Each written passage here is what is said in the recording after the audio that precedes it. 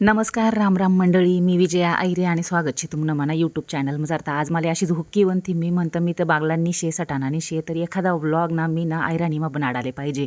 तर मना जो रविवारना दिवस रास ना तो इथला बेकार इथला बोगस रास ना.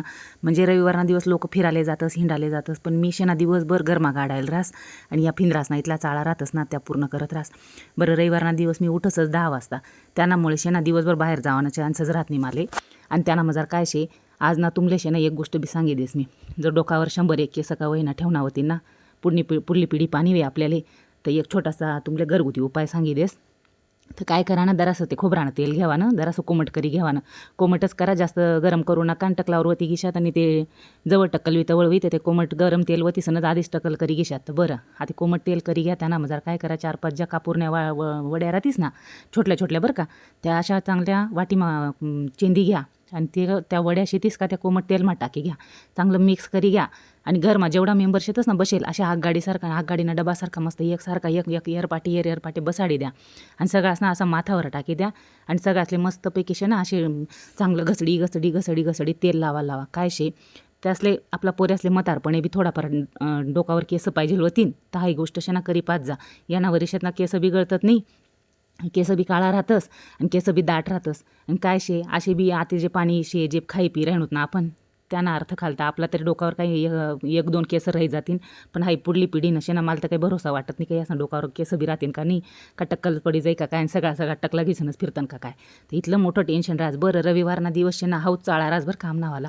म्हणजे सकाळी 10 वाजता उठानं, चहा पाणी पी घ्यावानं आणि बस त्या टकलादरी बसानं आणि बस चांगला तासभर ते मालिश करी राहावानं. मालिश करता काय राहस, या ज्या फिंद्रा राहतस ना या बरोबर काही सिक्रेट राहतस ना त्या बी सांगितलंच बरं का. म्हणजे जसे शाळामा काय विनं, टीचरनं काय विनं, पोऱ्यासनं काय विनं, मैत्रिणीनं काय विनं, मित्रनं काय विनं, आथाण्या सगळ्या खबरी शेत जर काढण्या जायात ना तुमले, तर या अशा घे बसानं मस्तपैकी. यासना डोकासवर तेल लावानं, म्हणजे यासना डोकामध्ये ज्या काही सिक्रेट राहतस ना त्या सगळं आपण मस्त उकळी देतस त्या. बरं आमनी हाय मला नाते म्हणजे म्हणे पोर बरं का, म्हणे अंडेर तिले मी बसाडं, तिला म्हणतं म्हणा बी जिपऱ्यासलं जरासं तेल लाई दे म्हणतं. पण तुमले खरंच सांगस ती जिपऱ्यासलं तेल लावता शेत ना 100-200 केस तर तिने अशाच उपाडी टाका होती म्हणा डोकावरला.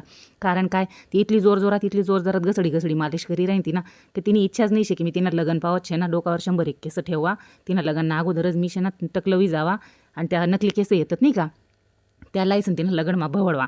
म्हणजे कसे शे एखादं शेकाळ नाचाले बिचाले नाचाले लई गे, तर डोकावरला ते वीक्षे ना ते बी पडी जावा आणि मी टकली दाखवा अशीच तिने इच्छा अशी. म्हणजे तिनाकडून तेल लाई घेणं म्हणजे अक्कलना कांदा करी घेणं असेतच. बरं आता डोकावर तर तेल बिल चोपडाय गे, आता डोकावर नुसतं तेल चोपडीसन तर काही केस राहो नाही, पोटले बी काहीतरी खाणं पडे. मग त्यामुळे काय आशे ना जरासा भलता मोठा मेन उठा राहिला होता. अशा बी रविवार राहणार का राहावा ना, रांदा मजार खावा मजार आणि भांडा कुंडा घसा मजारच दिवस जायला लागस म्हणावला तुमले बोलणू ना मी.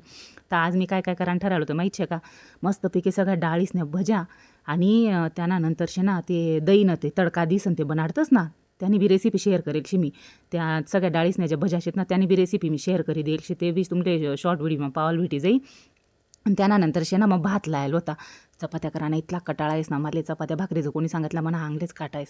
त्यामुळे मी शे ना भातवरच आवडतं घिगेस. बरं शेतले पोऱ्या शेतस ना ते बी भात आवडत असते, त्यामुळे ते बी खाई जातस.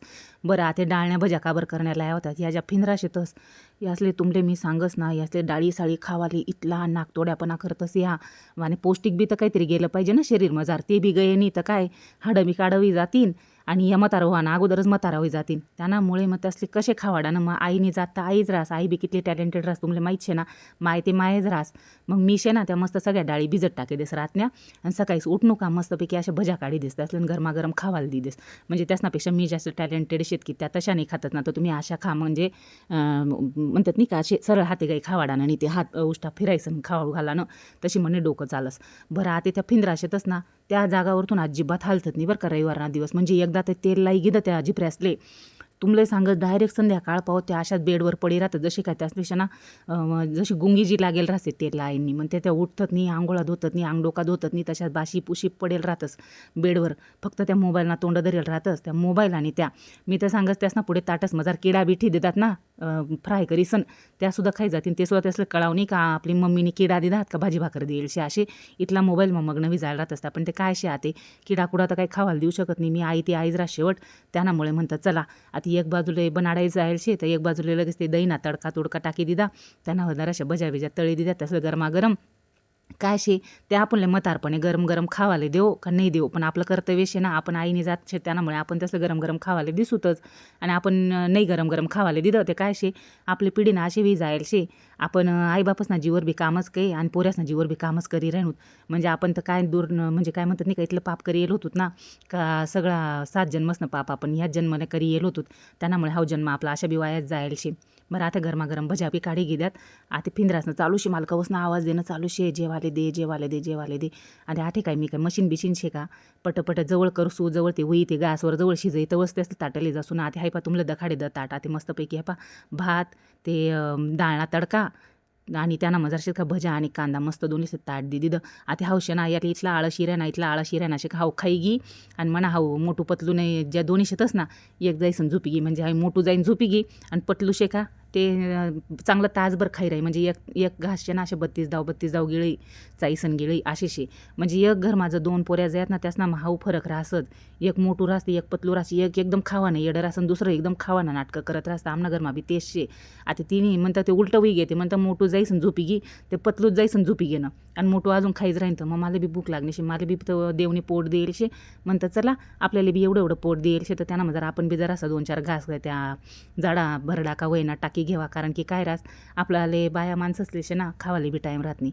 आपला मागे कायम कुत्रा लागेल राहतस. आता मी खासू तरी मला विचार चालू शे की आता भांडा कवळ घसातीन ते घरातलं घाण बिन म्हणक कवळ आवराई असे मला वी जायल शे. बरं आमना घरमा सगळा सुखी प्राणी जो कोणी होईना हाऊ बेडरूममा फॅन चालू शे. फक्त एकमेव व्यक्ती करता हाऊ फॅन चालू शे बरं का. म्हणजे म्हणत आता कितलं का मीटर बळे ना कितलं का लाईट बिल ये ना, पण ह्या पोऱ्यासले अजिबात लाशरम नाही शे. यासनी एकच व्यक्ती करता फॅन चालू शे. ते कोण आमना सिंबा म्हणीसन एक मांजरशे म्हणजे बोख्या शे आमनाकडे.